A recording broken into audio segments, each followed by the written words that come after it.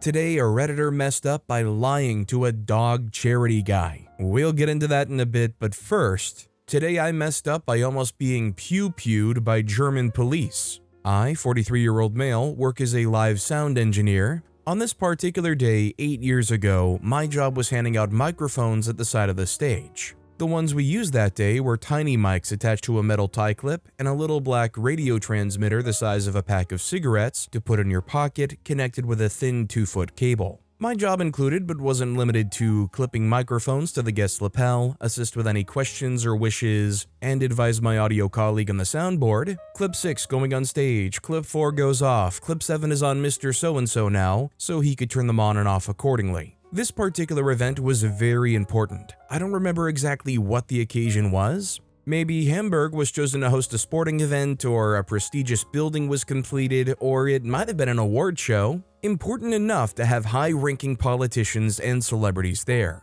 Everything started well, but just after the introduction speech, I get a radio call. Hey, the mayor is late, he'll be here right before his speech. Okay, I've had this happen before, no worries. I am prepared, and I know I can clip that mic on him in seconds. So I tell them, check. Please make sure he comes to me first so I can mic him up. The show goes on, and then there's a small commotion, and through the main gate of the hall, our mayor and his staff walk in. But they walk straight to their reserved seats in the front row, flanked by the security guards who look like two Agent Smiths from The Matrix. Our stage has stairs in the front, and speakers walk up straight from the audience. That means I now have no way to clip a mic on him before he walks on stage, and he's up next. My adrenaline spikes. Freak. So I decide if he doesn't come to me, I'll have to go to him. I grab his mic and dart out from my little hideout at the side of the stage. I see the mayor and quickly walk towards him. Now, let's switch to Agent Smith's perspective. As I said, these guys were straight out of a movie, bulletproof vests under the black suits, earpieces, sunglasses, armed tactical dress shoes, gloves, etc. They had just brought in their VIP, and suddenly a big dude in all black runs towards him. Even worse, holding a suspicious black box with blinking LEDs in one hand and a cord with a button at the end in the other hand. Oh no, a bomb. Back to me, I'm about 3 feet away from the mayor and I see both agents going code red. They turn towards me, hands on their guns yelling stop. I freeze and only now understand my predicament. I quickly try to defuse the situation by explaining to them what I'm doing. To say that relax them would be an overstatement, but they didn't want to unalive me anymore, which was good enough for me. I can finally fix the mic, and when I get back to my hideout, I have a little mental breakdown. Mind you, all of this during a speech in front of thousands of important people, including my boss and the press. And then my radio goes, "Easy there, Lee Harvey Oswald." The rest of the day went well. My crew made fun of me for weeks, and that mayor later became Chancellor of Germany. OP's gotta be feeling happy that this happened in Germany and not a country where it's a little bit more pop first, ask questions later. I mean, for OP's sake, I'm certainly glad that they showed restraint, but you could almost argue that if it did go the other way, would they really have been at fault? Sasha Labe commented, "German police is not as trigger happy as their US counterparts. Letting you know that they are armed is about as much as they would normally go unless you absolutely point a pew-pew at them. A blinking box is unlikely to be enough. Also, they're not the police, but that's another issue." OP responded commenting, "Strong GSG-9 vibes, but probably private contractors." They were startled by me appearing out of nowhere with a device in my hand running straight towards their VIP. Hand to waist was definitely happening. No drawing, but ready. Also, hi, I'm Steven, and if you guys enjoy hearing stories of how Redditors severely messed up, why not hit those like and subscribe buttons down below? Our next story is, today I messed up by re-traumatizing my husband during hooking up. My husband, 27-year-old male, and I, 30-year-old male, have had a rough year so far. He's always kept his mental health under control, but things took a turn around the new year, and he's been in and out of the psych ward ever since then. Naturally, between all the change and stress, our hookup life has cooled off. Most of our focus has been on spending time together in nature or otherwise, and just trying to bring him back to center and get back in sync as a couple. This morning, we were in bed, and things started to heat up for the first time ever since he was discharged following a difficult weeks-long inpatient stay. I got on top of him and started kissing away while pinning his arms down. While pinning his arms down, I guess I got carried away because I just said to him, "You escaped the ward just to get restrained again, huh?" I guess I thought it sounded hot in the heat of the moment, but he suddenly lost his composure and looked like he was about to cry. We talked it out, and he said that getting physically restrained in the psych ward while he was losing grip on reality was one of the most traumatic experiences of his life. He is still shaken up from my comment, which is not a good sign. Acute stress could set off another episode. Yep, bad call on my part. I'm gonna be honest, spur of the moment, my brain has a tendency to shut down when I'm desperately trying to make those connections and figure out something smart to say. That's why I feel like an actual conversation versus a text conversation, I am way more wittier in text only because I have those 30 seconds to formulate a better response. Those extra 30 seconds where I can look at the floor and be like, I just need those 30 seconds where I can stare at the wall and be like, how do I respond? But yeah, in live conversation, unless I'm just really on it that day, I'm just a stone. New resident 6431 commented, "I was arrested years ago, was false charge, case dropped to no evidence, but the actual event of being taken out of work, cuffed, frog marched into station, asked if I wanted a solicitor, and sat in a cold cell for hours with no shoes was quite the day. When I was released, a day or two after, I was shopping with my girlfriend at the time and she went to link my arm the same way that I'd been walked to the station, and it made me immediately jump away. She didn't mean to and understood after I explained, but this reaction was just something from as small as being arrested and walked by police officers. I can't imagine the type of hang-ups from someone who's been held in a psych ward and restrained on a gurney will have." Our next story is, "Today I messed up by playing a silly game." Okay, so not today, but a little over a week ago, my son, wife, and I were playing a game. On the weekends, when we order coffee, we usually take the stickers off the tops from them being delivered and chase each other around the house, trying to sticker each other on the back. It's fun, it's cute, and a semi-tradition at this point. My wife had me cornered in the living room, sticker on hand, ready for the strike. Her grin showed she didn't think I could escape my fate. In a panic, fearing the humiliation of a sticker being stuck on me, I saw my only chance to get away, and I took it. I jumped over the couch. At about the peak of the jump, I felt my right foot clip the top of the cushions. I fell like a bag of wet cement. Although I did technically clear the couch, I still hit the ground hard and felt my kneecap slip and slide around and an electric shock of pain through my leg. As I yelled out in pain, a crumpled mess on the floor, my wife, my love, my joy, casually walked up to me, put the sticker on my back, then asked if I needed a ride to the ER. I did. And that is how I tore my ACL playing a silly game and taking it a little too far. Silver lining, my son stopped jumping and climbing all over the couch. The offending sticker is now on my crutches as a little memento, a reminder to check myself prior to wrecking myself. I say OP pop a few Tylenol and call it a good parenting lesson. You know, OP just wanted to demonstrate how bad of an idea it is to jump over the couch. You know, I just wanted to show son a little something. Could you have imagined if OP did make it though? They would look like a superhero. Tremenda Karusha commented, "Oh my goodness, that's quite the injury." I can practically picture the whole scene playing out, and honestly, it's a key to how much fun family games can be, even if they end with a trip to the ER. You know, I'd probably attempt a similar jump if I wasn't terrified of ending up like you, but what do you think will be the most valuable lesson learned from this whole experience? OP responded, "Most valuable lesson I think I learned is to jump over the couch back to front. That way if you mess up, you land on the cushions. Or maybe that actions speak louder than words? I was always asking my son to not jump all over the couch so he doesn't end up injured. Him seeing me jump the couch and getting wrecked absolutely made him understand I wasn't just being a boring dad." Our next story is, "Today I messed up by accidentally taking a coma-inducing phenibut dose. Doctor didn't believe me, but I survived." I decided to share because I honestly think this story could save someone's life. I had heard about phenibut online as a relaxing supplement, good for anxiety, social confidence, and even enhancing your mood. With zero prior experience and no real understanding of how powerful and slow-acting it is, I made a life-threatening mistake. I started cautiously enough, taking about 750 milligrams, a quarter teaspoon. 2 hours later, feeling nothing, I naively thought, hey, maybe it's weak. so I took another full teaspoon. Another hour passed, still no effects, so I took another teaspoon. By the end of the evening, I had taken roughly 15 grams. To give some context, 6 grams of phenibut is considered potentially lethal.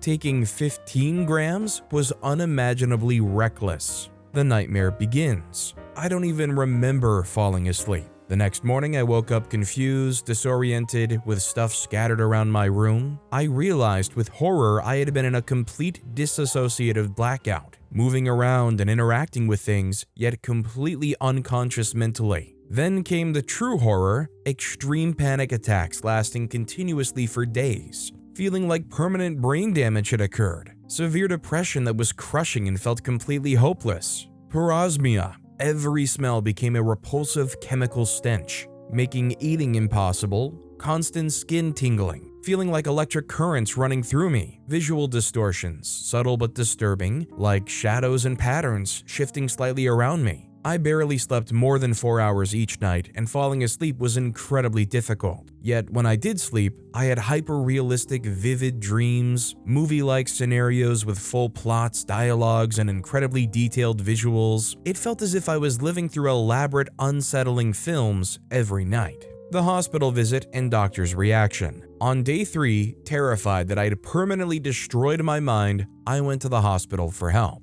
When I told the doctor I had taken 15 grams of phenibut, he straight up didn't believe me. "That's impossible," he said. "You would be in a coma or dead." No treatment, no tests, just disbelief. I left feeling more alone and scared than ever. Later that day, I started feeling intensely cold internally, an odd chill that I couldn't shake. After some research, I found out that this could actually be a sign that my GABA receptors were finally healing. A weird moment of relief amidst absolute horror. Miraculous recovery. Amazingly, by day 4, I began returning to normal. My symptoms vanished, physically and mentally, I was somehow okay. To this day, I don't understand how I survived without permanent damage or unaliving. Why I'm sharing this, I was incredibly lucky. Most people don't recover from such extreme doses without serious consequences. Phenibut is dangerously potent and easily misunderstood due to its slow onset and high overdose potential.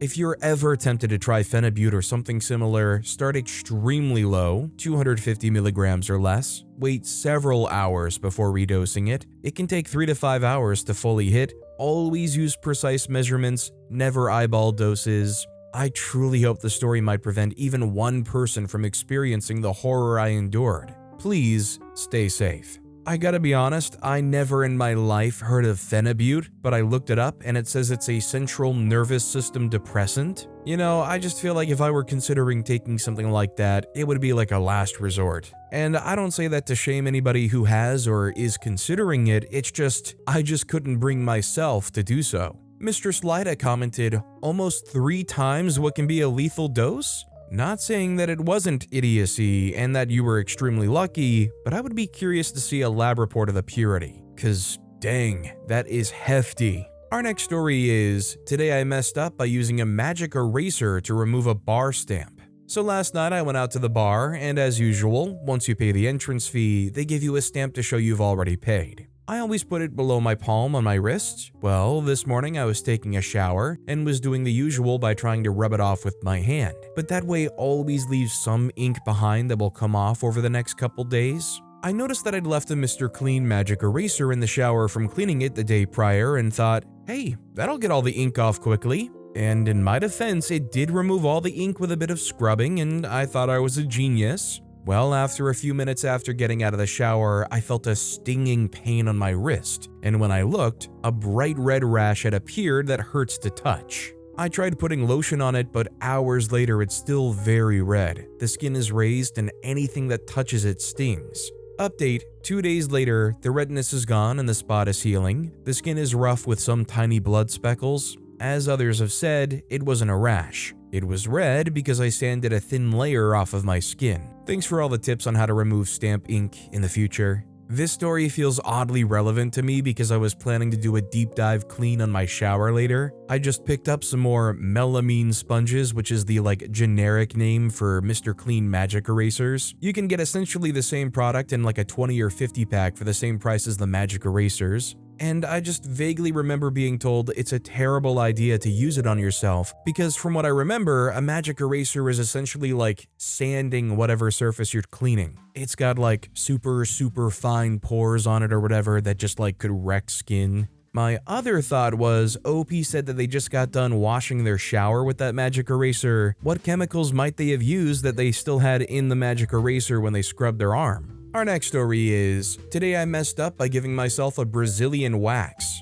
So I had the brilliant idea of giving myself a Brazilian wax. I took my wax warmer and put some wax in it, got it to the temperature that it needed to melt, then took a shower. This is when my supposed brilliance took place, which is freak up number 1. I took a look downwards with a mirror, then slapped a bit of wax, but then I realized I freaked up. It was really painful to take off. I was literally sweating after I took a shower. I struggled to get a piece of wax off and prayed that I don't injure myself while ripping it off. Luckily, the sweat helped. And yes, I was cursing at myself for doing this. After some minutes of trying to get the remaining wax off, I went to get a scissors in the bathroom to cut it off. What did I learn? Buy hard wax if I wanted to do a Brazilian, or find a place that does a Brazilian wax. I'm definitely not an expert. All I know is anytime I've ever heard the idea of waxing yourself with those pastes that you can apply at home and do yourself come up, it's always either A, I'm just gonna go back to what worked before, or B,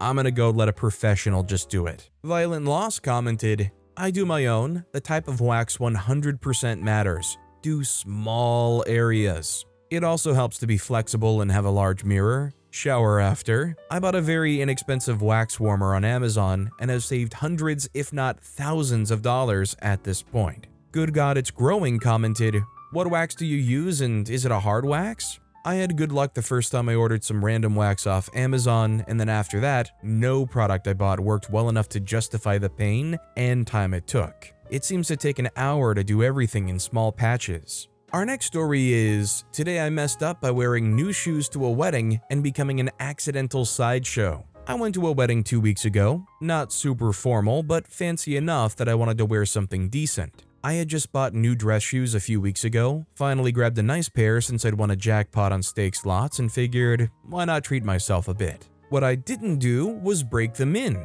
Rookie mistake. Cut to the wedding reception. I'm dancing, sweating, trying to keep up with my girlfriend's friends who all apparently learned choreography off TikTok or something. Mid-spin, I feel my sock start to slip. Turns out, the back of the shoe was rubbing so badly that it shredded my sock and the back of my ankle. I mean blood, folks. Blood in the sock, blood in the shoe, and because I kept dancing through it, drinks were flowing, vibes were up, I didn't notice until I sat down and left a little red smudge trail across the venue carpet. I died instantly when I saw it was trailing right back to me.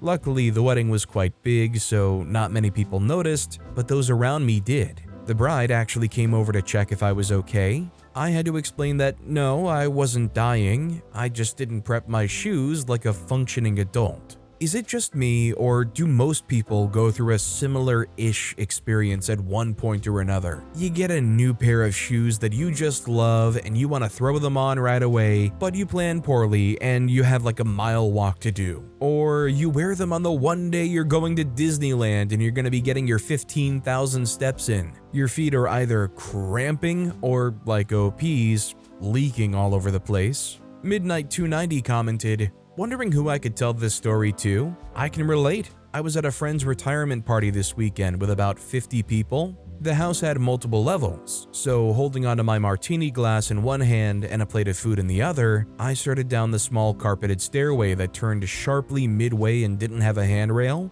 I'm thinking, be careful, don't fall. And then, for God's sake, I fell on my butt on the stairs, spilling a taquito and some chips on the stairs below. I look up and no one is coming, except the dog who has a sign on his collar that said, "Don't feed me." He brushed past me and scarfed up the food. I went back up the stairs and no one saw my fall or that I had spilled. It's rare to make an idiot of yourself and get away with no one seeing. Phew.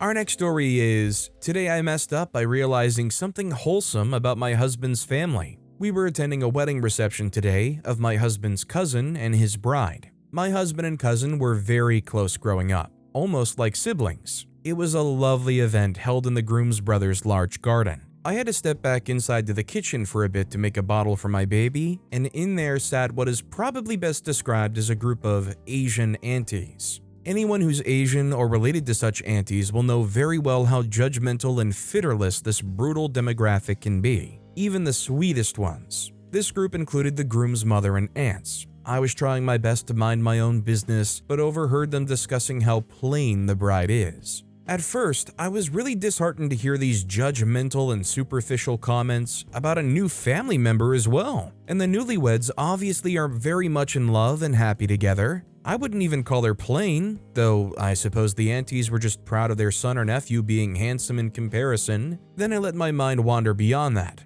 I realized a trend or pattern among most of the members of my husband's family. They are all quite good looking in conventional terms, blessed with some good genetic lottery. But most, if not all of them, thinking of my husband, his siblings, and their cousins, and it's quite a big family, have married or are dating people who are less attractive by appearance. I thought this was super wholesome because it shows that, except for the elderly gossiping aunties, despite being good looking themselves, they're not superficial people and choose their partners based on personality and love them for who they are regardless of their appearance. It gave me a warm, fuzzy, how sweet feeling. And then realization hit, and I had definitely freaked up by thinking this far. I realized that I, too, have married into this family of good-looking people who marry less attractive ones. I am the plain, unattractive partner. I took the now-ready bottle of milk and went back to the garden party, defeated, humbled,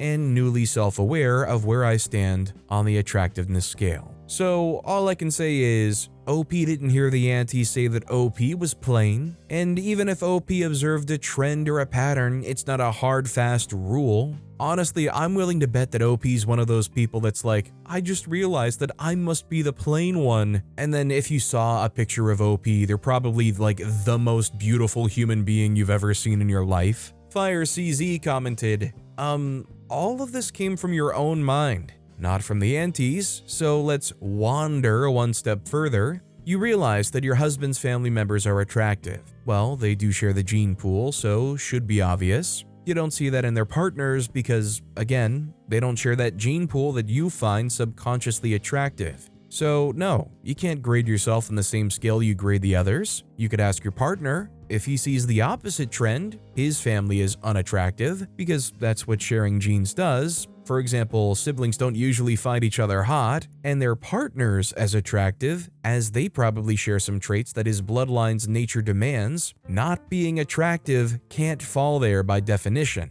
But that may obviously end up in a today I messed up from his side. Yes, of course, I find your sister equally hot. So maybe just remember that you probably asked him if you're attractive already since he's your husband, and he said yes. Our next story is, today I messed up by lying to a dog charity guy. I now sponsor 2 dogs. This is one of the most embarrassing things I've done, and whenever I think about the look on the guy's face when he knows I'm lying, makes me physically cringe. I live in England and we have a supermarket called Morrison's. Sometimes in Morrison's, they have little charity booths where they'll have a little stand and 1 or 2 people standing there handing out leaflets, and if they catch you, they'll try and talk you into paying money to their charity. I am one of those dummies that can't say no. I checked out, was walking out of the store. Everyone before me was just ignoring this guy and walking out the doors. He was standing there in a yellow uniform with a yellow stand for their charity about dogs. They had a board with about 20 different pictures of dogs, which were super cute. He said to me, you look like the kind of person that loves dogs." I should have just smiled and kept walking, but I stopped and said yes. He asked if I could spare 2 minutes to hear about the work they do. I should have said that I'm in a rush. I said of course, and he asked if I'm interested in adopting a dog and paying however much a month, and instead of saying, "Sorry, no, not today," I said, "Oh, I adopted one for my son the other night when we were looking on the website." Why did I lie? He asked me which one. I pointed at the German Shepherd. Then the mother trucker pulled out his iPad as he said, "Oh, Benny's only just gone live on the website. I didn't realize he had any adopters yet." He pulled up the dog's bloody profile and said, "Oh, it doesn't look like anyone's sponsoring Benny." It was the most awkward and embarrassing thing ever. I could have just walked off, I could have just stood there and cried, but no, I adopted 2 dogs then and there and still pay God knows how much monthly. This was 2 years ago, and that is a confession about one of my most embarrassing moments that I still literally pay for to this day. I mean, at least OP kind of paid for their sins or whatever, to tell you the truth. And I don't know what it says about me, but I feel like if I saw a stand like that says, "Sponsor these dogs," I guess I would just avoid it because I would be way too skeptical that any of that money is actually going to support the dog. Anonymous Responder 00 commented, "As a fellow dog lover, I sort of like that you ended up sponsoring the dogs, but this has gone on for far too long. Is there a way to cancel these sponsorships online without speaking directly to another human?" OP responded, "There are definitely worse things I could be looped into paying for. I'll have to look online because I probably will end up sponsoring even more if I speak to a human." Our next story is, "Today I messed up by failing math. I'm in my senior year of high school and about to graduate. I got admitted into the university I was hoping to, and I'm super excited to get out of my house and into the post-secondary life. However, my admission is conditional and requires me to have a 76 average across my top 4 grade 12 marks. Shouldn't be too difficult, right? The problem lies in math. I have always been horrible at math. Ever since grade school, I've failed tests, been too ashamed to hand in work, or been totally lost in classes. My other marks are all fine, mid to high 80s, but I was worried my math mark was going to drag them down. Along comes midterms and I'm sitting at a comfortable 65. Not bad, could be better, but I'm maintaining the average I need to get into university. I thought I was okay. Today, my teacher sends my parents an email saying I'm failing the course. He doesn't give an exact mark, but I figure the specifics don't really matter too much. The problem, as I'm sure you can tell, is that this brings my average below what I need. And even if it didn't, I still won't pass high school. I've been going to a math tutor, going to classes, and trying to focus, but nothing seems to help. I'm diagnosed ADHD and have prescribed medication, but they just don't seem to do anything regarding math. My math teacher says I can come in for extra help to boost my grade, which I'm planning on doing, but my concern is that I still won't grasp the material and this won't help. Strip everything else away, and the simple fact is, I am not good at math. I'm sure people will tell me I just haven't been trying or not applying myself, but I put my full effort into this and nothing seems to come from it. It takes a very specific situation for me to learn well in, and if I'm not interested in the topic I'm learning about, it's super difficult for me to hold on to any concepts presented to me. I have tried to find ways to make mathematics intriguing to me, but even when I learn something, I forget it by the next day. This is not a memory issue, as I have no issue saying I have a great memory. It's just something about math itself. Another issue is my teacher. I don't get along super well with him, and even my friends who are good at math have a hard time understanding his lessons. In the best case scenario, the teacher shares information in a way I can understand, and I scrape by the class with a 60 to 70. In this situation, I am totally lost. Any and all advice would be appreciated. Please help a kid who needs to improve his math grade. So I think OP just needs to lean into the teacher who is clearly offering as much help as they can. For them to say, come on in, get some extra help, especially one-on-one stuff. Even if they're not the best teacher, even if you can't really get along with them too well, you stomach it as best as you can, and you just try to earnestly work through that. Hopefully, especially with one-on-one interaction with your teacher, maybe they could find a way that makes it communicate a little bit better. Travel Girl commented, "Your teacher's trying to help by emailing instead of just failing you at the end. Go to every single tutoring session with your teacher, even if you don't like him. Show him that you're willing to study hard, and if he can see that you're still struggling, he may bend the rules a bit and give you a gentleman's C. Your teacher doesn't want to wreck your chances at college. Go get tutored and kiss the ring, and it may do the trick." OP responded, "I do recognize his attempts and I appreciate them. I would like to try and find a different way to learn with him though, because currently I can't absorb any information he gives me. Show up, kiss butt, and hope for the best might be my best plan of action. You make a great point saying that he doesn't want to ruin my chances of college. I'll just have to figure out how I can show him I'm deserving of it. Thanks a bunch. Our next story is, today I messed up telling my 8th grade teacher don't drop the soap. Okay, so it didn't happen today, but back when I, female 27, was in 8th grade, I had overheard a kid snickering and saying the line, "Don't drop the soap," and people laughed, so I thought it was a reference to a movie or something. I, thinking it would be a riot to say this to my teacher, not knowing what it meant, said it to him, who was a fairly older gentleman, probably about 50 or something. His face twisted and asked me if I knew what that had meant. I shook my head no and said that I'd overheard someone else say it. And he, in his best attempt at being PG, tried to hint at what it meant by saying something along the lines of bending over in front of another while showering. Well, and I eventually picked it up and was just mortified. I still think about it to this day. Sorry, Mr. LaGrange. Is anybody else actually more bothered by the fact that they tried to explain to an 8th grader what exactly that sentence actually means? If there was ever a time for Mr. LaGrange to say, if you don't know what it means, don't go around saying it and ask your parents, that would have been it. I mean, it's kind of just wild that OP can go, oh yeah, my 8th grade teacher taught me what "don't drop the soap" means. Rennie G commented, my mom has a crude sense of humor and had me believe that the saying, "a bird in the hand is worth two in the bush," is a sexual innuendo. So when my high school geography teacher used it in class, I burst out laughing and then awkwardly explained what I thought it meant.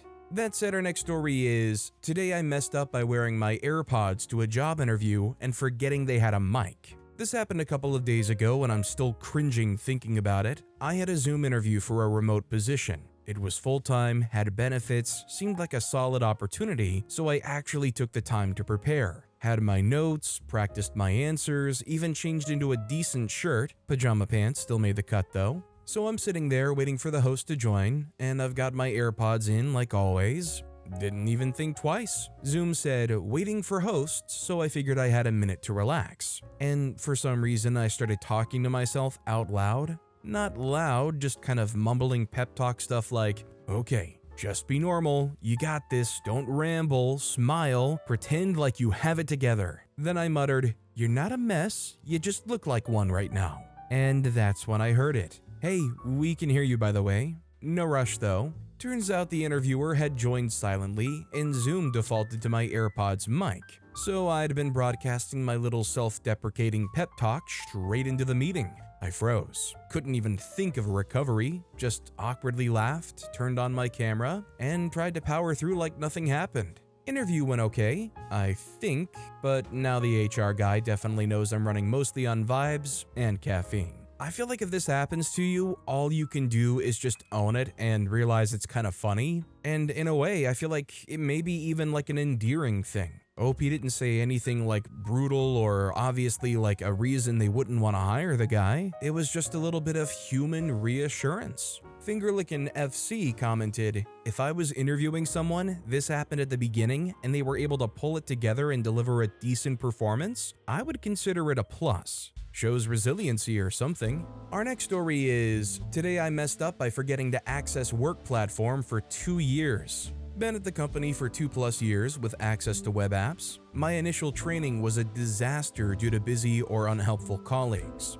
Today, a new team member got access to all apps, including 2 I had never seen. One worked, the other gave an error. Turns out I was supposed to have access all along. Found an old email with an expired setup link from when I started. Told my new manager about the error, admitting that I'd never used it. He's now sorting it with access management and platform support, who are confused about the lack of access. Terrified, my manager will ask why I haven't been using this platform I just discovered. So all I know is it costs money to maintain software, code, platforms, that kind of stuff. If OP was able to do their job for 2 years to such a satisfactory level that they didn't even begin to notice, what does that even say about the necessity of this platform? That said, I think Fly Dude had a good point when they commented, I wouldn't sweat it if no one asked why you weren't accessing it. If pressed, just blame onboarding being insufficient. My company has different sites set up in different domains and geographies.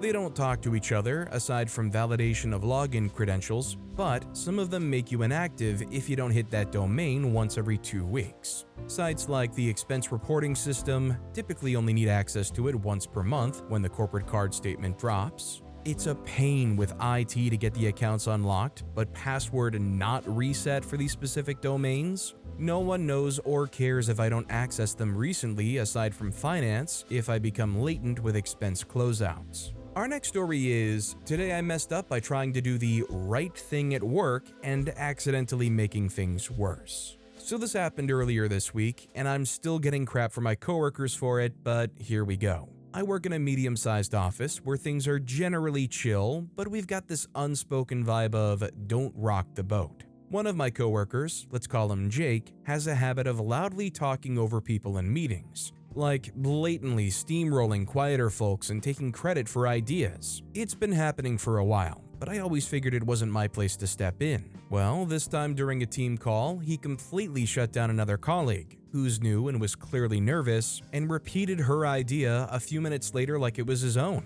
Everyone just awkwardly moved on. I don't know what came over me, but I just calmly said, "I think that was actually new coworker's idea a minute ago, right?" and tried to keep the convo going. Jake went stone cold. The whole room went quiet. New coworker looked kind of shocked, but gave me a little smile. Fast forward, Jake hasn't spoken to me since, and another coworker pulled me aside and said, "You really embarrassed him. I didn't mean to start drama. I just couldn't sit there and let it slide anymore. Now I'm the office narc or something." Anyway, I guess my freak up was trying to stand up for someone and accidentally putting a target on my back. Maybe I should have handled it more tactfully? I don't know. You know, it kind of sounds like this was that unwritten rule, don't call out somebody who's stealing the other person's ideas. It's just, I don't understand why that is an unspoken rule. OP out here is John Wick ending somebody on continental grounds and now they're getting excommunicado, but in this case, the ending someone is actually just calling out an idea stealer. Bottomless in a Wendy's commented, "Since the seal is broken, rock that freaking boat. Every time he does that crap, call his butt out. People can be mad all they want, but either you finally give voice to those who are too scared or new to speak up and he finally shuts up, or it becomes normal enough to hear you call him out that your coworkers put 2 and 2 together. Y'all are the walking definition of the bystander effect otherwise." Our next story is, today I messed up by asking out a married barista. I've always been a bit oblivious and have taken exceptional care to not read into things too quickly. I started going to a coffee spot back in February and a barista there and me hit it off. Nothing insane, normal coffee shop banter. Oftentimes, I would have work meetings there due to how convenient the location is. So she started to feel comfortable with me as a regular. She gave me what I thought was plenty of hints, from what she used to do for work to the area she lives in, and so on, literally with no solicitation from me. She then started making fun of my very basic drink and started offering to make more customized ones. This went on all the way through March. Every time I would come in, she would go out of her way to take my order, and her coworkers would make sure they let her. Anyways, going into April, I was 99% convinced she liked me. As I said earlier, I am oblivious, so I like to make sure I wait until I know. So, normal day, I walk in with the intention of asking her out. She's not there. Well, freak. So I order my drink and book out. She comes 2 minutes later. She was in the back. I got pretty determined on things, so rather than waiting another time, I sat and finished my drink. Once I did, I got up with it in hand and walked up to the counter. Now, here's where it gets pretty funny. I never noticed a ring on her hand. Well, as I was walking to the counter, I did, and I tripped on a lane separator. I was full send at this point, and instead of saying mission abort at the very obvious ring, I blurted out my lines, and she smiled at me. "You seem really cool, but I'm married." Freeze frame, lock up. "Are you? Wow." I said cool a couple times and left. Arguably the most awkward interaction in my entire life. I mean, OP probably should have aborted the mission as soon as they saw the ring on the finger, but I mean, you never know, maybe they just could be wearing the ring. Not that you should make it a principle of assuming that it might be a meaningless ring. All I know is, if I were in OP's shoes, I would be looking for a new coffee shop. Blue Jays 10 commented, I say good for you. You took your shot. Nothing to sneeze at. More than what most people would do. Hold your head up high and don't be shy to keep going back there. Our next story is, today I messed up by finding my best friend's husband's emotional affair journal on our shared Google Drive. So I'm a 30-year-old guy and I help my best friend, also 30, with her small business. We've been close for years, strictly platonic, and she gave me full access to her Google Drive last year so I could manage things like invoices and branding files. Over the weekend, I was organizing some folders when I came across a document named therapynotes.doc. I assumed it was hers and clicked on it without thinking. Turns out it was her husband's journal. I only read a few entries, but it was more than enough. He's been writing about an emotional affair he's having with a coworker, how he thinks he's falling in love with her, how guilty he feels lying to his wife, my best friend, but how he doesn't know how to stop. He says this woman makes him feel alive again. The most recent entry was just a few days ago. My friend talks about how much she trusts him, how happy she is, how she finally feels secure in her relationship. And here I am, sitting on this awful secret. I haven't told anyone. I'm honestly not sure if I should stay quiet or blow everything up. I mean, my question would be, how does this end up on her small business Google Drive? My second question is, if she's the one using this small business Google Drive, how would she have not noticed it by some point? Overall though, I feel like this is a very tricky one because I do operate under the mindset of, if you were in their shoes, you would want to know, right? But that comes with the added cost of OP having to admit they went snooping through any of the files that were on that Google Drive. Top Who commented, if I was the husband, I'm sure there are infinitely better places to leave his therapy notes that indicate he's cheating than a Google Drive account his wife uses for her small business. Our next story is, today I messed up by naming my dog a slur, sad face. This is from a while back, but it definitely fits here. Back in 2023, my husband and I suddenly adopted a senior dog named Charlie. We aren't really for basic names like that, so we always said his name like Danny DeVito did, Charlie. It stuck so hard that we ended up renaming him to Charlie. Charlie was an amazing dog. We always corrupt our dogs' names into silly nicknames, and one or two kinda end up unofficially replacing their real name. From Rocky to Bubby, Penny to Peepers, Rosie to Posy, etc. While playing around with Charlie's name, I stumbled on Chollywog,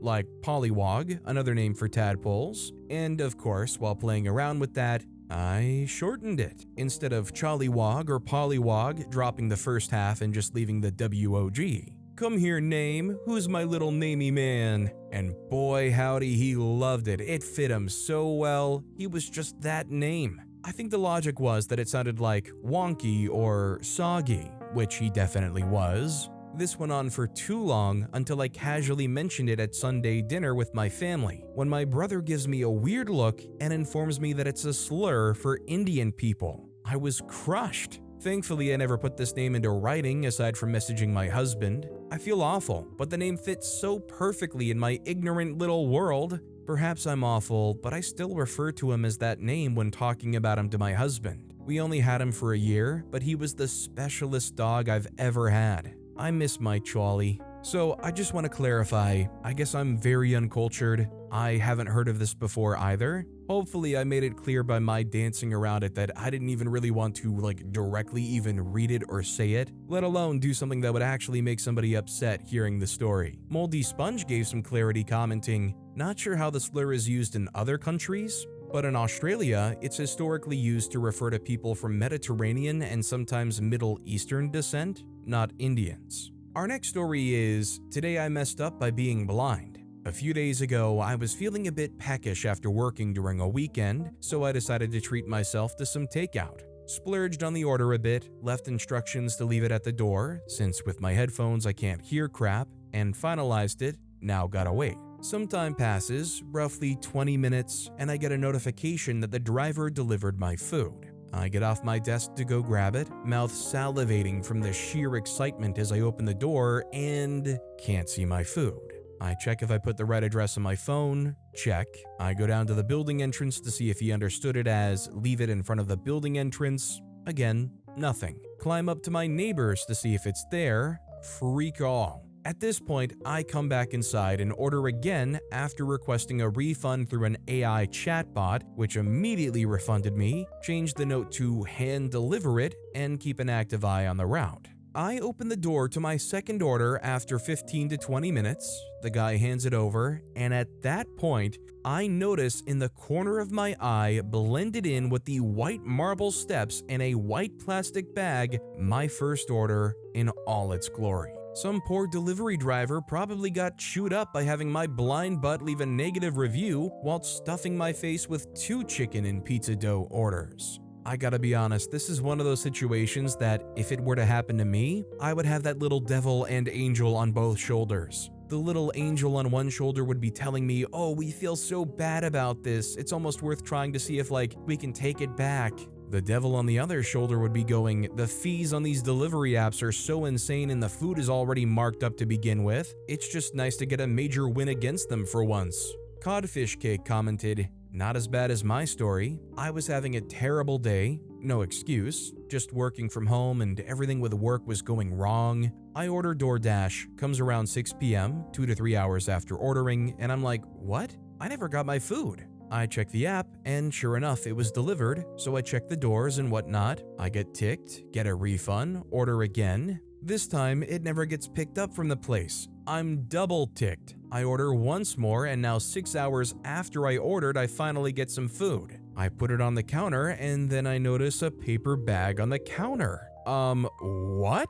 This is the food from my first order. How did it end up here? Well, I was really busy during the day, and DoorDash came. I got the food, put it on the counter, and went back to work, till I realized I was hungry again. I forgot that I got the food. Our next story is, today I messed up by using baking soda to clean my kitchen floor. My kitchen floor needed a good old cleaning. I've been putting it off because I didn't know how to go about cleaning it. This past weekend, I finally got around to doing it, so I googled how to clean a kitchen floor, and Google told me I could use vinegar and baking soda to clean it. I thought, cool. I just bought both of those things last week when I did some restock shopping. I poured vinegar all over my kitchen floor, then poured baking soda over the vinegar. The baking soda reacted with the vinegar and made a foamy solution, as baking soda tends to do with vinegar because, well, chemistry, the more you know. Anyway, I left it sit for a few minutes while it soaks up the grease I'm trying to clean out. I start to mop the solution off when suddenly the baking soda appears to have stuck to the floor. And although the solution did do a good job of cleaning off kitchen grease and whatnot from the floor, I'm now left with a huge mess of baking soda. I tried mopping it up with water and it appeared to look less baking soda-y, but when the water dried up, I saw that the baking soda was in fact still there. I've now been going at it for a few days now using diluted soap for my spray bottle, and that appears to be getting the job done. It's not perfect yet, but it's working better than the pure water, so let's hope I get this thing clean in the next few days or so. Update: I made a big bowl of warm water and vinegar and used a towel to scrub off the residue with the water-vinegar solution. I think that finally did the trick. I always seem to forget that warm water works wonders, but I am moving in a few months to a new apartment, and I'm trying to become a better keeper of my home since I live alone and I'm responsible for all my own household chores. So this is something I will remember from now on. To everyone who commented advice, thank you. To everyone who called me dumb, I am very much educated, thank you very much. I'm a woman in my early 20s who in fact has a bachelor's degree. However, my degree is not in chemistry, and while I know you don't need a chemistry degree to know how to clean, my point is that it's been a hot minute since I've taken a chemistry class, and it just simply didn't register in my brain that vinegar and baking soda cancel out each other. I'm learning along the way how to be a pro at life, and along with learning comes mistakes. Yes, even stupid ones. Thank you for coming to my TED Talk. I'm having some flashback nightmares from this story. When I moved into the place I'm currently at now, the last person who was here had put down a lot of stick-on tile in the bathroom. It looked horrendous, and there's already tile in the bathroom to begin with, so I didn't understand the point. So I go in and I rip it all up, and there's these strips that are just stuck to every tile in the bathroom that were holding down those stick-on tiles. They were not coming off easily. Hot water, soap didn't want to do it. I finally looked around and found this stuff called Goo Gone, and I used it a bit, and I realized it works, but it works a little too well, and it's the kind of thing where you want just a little bit.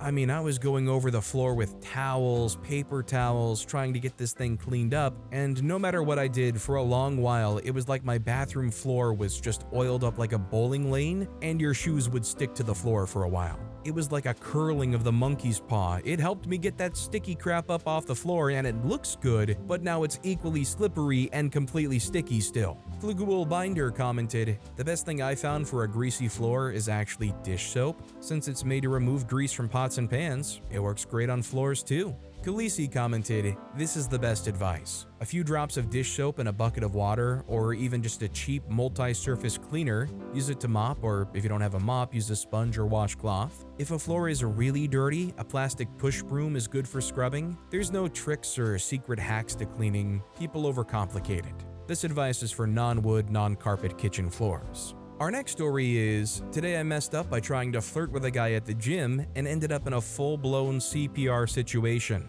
So this happened yesterday, and I'm still cringing so hard I might never step into that gym again. I, 22-year-old female, recently started going to this new gym, and there's this insanely cute guy who works out around the same time as me. I've been trying to find the courage to talk to him for a couple of weeks. Yesterday, I finally decided it was time. I saw him doing deadlifts and I thought, okay, casual compliment, easy in. So I walked by, smiled, and said, "Your lats are majestic." What? Majestic? What was I thinking? I don't know why I said that. I meant to say, "You're lifting a lot," or "nice form," or literally anything else. He looked confused, said, thanks? And I panicked and decided to just walk away and die in the locker room. While trying to speed walk away in embarrassment, I tripped over a medicine ball someone left in the way, my face planted into the floor, and I knocked the wind out of myself so hard I couldn't breathe for like 20 seconds.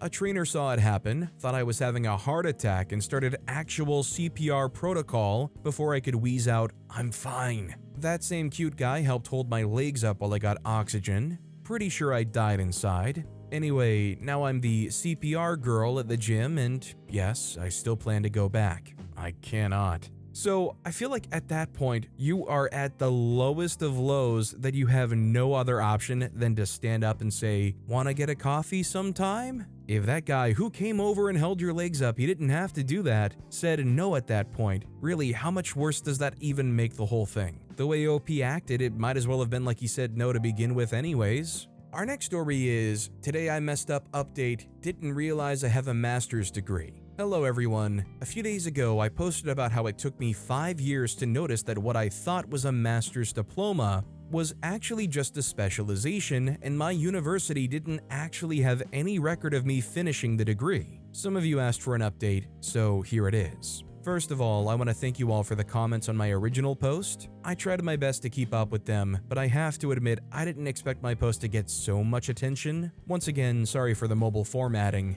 I'm super happy to let you know that I have good news. To those of you who guessed this was probably an administrative error, you were correct. On the same day I made the post, I found my dissertation, or thesis I guess, in the university's repository, which means that it did end up getting published like it was supposed to, and I emailed the university again with this information. I also took some time throughout the weekend to email my advisor and gather some information on who else I could potentially reach out to escalate the matter if I didn't get a reply from the people I already emailed. But fortunately, it seems that won't be necessary. Yesterday, at long last, I heard back from the university. It turns out that when I finished my master's, they were transitioning between IT systems, and something in my records didn't get properly updated. Fortunately, they told me they were already in the process of fixing it and apologized profusely for the mix-up. I hate that something so small caused such an issue, and I'm kind of super ticked at them for the freak-up, but at least I'm happy it seems to be a simple and fixable problem. It might have caused me a ton of anxiety, but I do still have my degree, and I'm getting my diploma. Only took 5 years and a couple of meltdowns. Now I'm off to write to my advisor again, let her know everything should be fine. I feel kind of silly for wasting her time like this, but oh well. Thanks again for all the support and advice, and to those who have been through a similar situation, I'm so sorry you had to go through that. It really sucks that this apparently happens so often. Hearing about your experiences made me feel way less alone, but this kind of stuff shouldn't be happening so much in the first place. Have a good one, Reddit. Thanks for listening to me. Imagine going through all those years and all that money it takes to get that master's degree, only to be met with however long later, we don't have any record of that. I would be pretty darn upset too. Like, I'm a reasonable guy. If the university called me back and said, we were between IT systems at that point, we're fixing it now, I would be like, okay, that's a relief, thanks, click. But in my heart, I would be like, where is the IT guy who screwed up so I can kick his butt? Engineer Boy 00 commented, I had a much lower stakes but similar situation. I was applying for a dream job at a Fortune 15 company who had an extensive background check process. 30 plus years previously, I had spent 2 years at a community college and gotten an associate degree in business, which I normally don't include on resumes or applications because it's not really relevant, but their background check process instructions were crystal clear that they wanted all educational achievements, so I included it. Got my offer letter, contingent on my successful background check. I'm the most vanilla person around, and I had zero concerns about the check. But days went by, then weeks. They had a portal I could log in to track the process of the background check, and the only pending item was that associate's degree. The background check company finally notified me that there was a discrepancy, and my junior college has no record of me receiving an associate's degree in business. To try and make a long story short, I spent weeks untangling the issue and finally found that, similarly to OP, I got caught in a data processing glitch. A year or so after I received my associates in business, this junior college did away with that degree and changed it to a certificate. Then, a decade later, when they computerized those records, they used an algorithm that didn't include the designation of associates, only the certificate designation. I had long ago misplaced any paperwork I had, and my hiring company still was getting a discrepancy notification from the background check company. Finally, the recruiter says to me, well, you know, this degree is not in any way a requirement for this job, so why don't you just amend your application to reflect the certificate, and then everything will move forward. I did, and it did, but that was a tense few weeks. Our next story is, today I messed up by mixing up the concert date of my favorite artist. At the end of February, I bought tickets to go see Orla Gartland. She's based in the UK, and I got super attached to her Woman on the Internet album over COVID and beyond. When she had initially announced that she was going to tour in the US, I was ecstatic. Then, when I checked the Chicago venue, it was 21 plus, which I'm not. I pre-ordered her album instead and hoped for another tour. Well, that's when I received the email in February containing information about another tour in the US. But the only venues even close to me were in Ohio when I live in Illinois. Now, it's not the worst drive ever, 5.5 hours from where I am, but nothing I would have done on my own. Thankfully, I have a wonderful and compassionate boyfriend who was willing to drive with me out there and go with me to the concert. I bought the tickets and have looked forward ever since. Well, I guess I somehow misread my planner and marked the date as Tuesday, April 29th. Well, the concert is actually today, Sunday, April 27th. I was booking our Airbnb for the night and confirming all the info when I realized how much I really screwed myself. My heart is just shattered because I work tomorrow and my boyfriend's out with a friend tonight. It's 4:30 a.m. as I write this. I have insomnia, so I typically can't sleep, and this hasn't helped very much. So I don't even know when he'll wake up and read my texts, so there's absolutely no logical way of making it to this concert. I feel so stupid and shameful. I don't know if I'll ever realistically have the opportunity to see her again, and I won't be able to get a refund, obviously. So that's a $75 down the drain punch in the gut. But I guess I save money on the Airbnb and the gas it would have taken, and I work my shift, so there's that positive. That's the only thing I have to keep me sane right now since my boyfriend's away. We live together. I probably won't even get to sleep tonight, and I have work at 1. What a joke. Man, that's such a shame. I feel like we've all had those kinds of moments though. We have something that we're so looking forward to and we kind of schedule it mentally in our minds. You know, oh, on Friday, I'm gonna go blah blah blah. And then either you realize that actual thing wasn't happening on Friday, it's actually Sunday, or you have that thing where you wake up and you're like, today's the day, I can't wait for it. And then halfway through the morning you realize, oh, it's still Thursday. Fine hams abound commented, if you really cannot make it to the show, at least attempt to get your money back.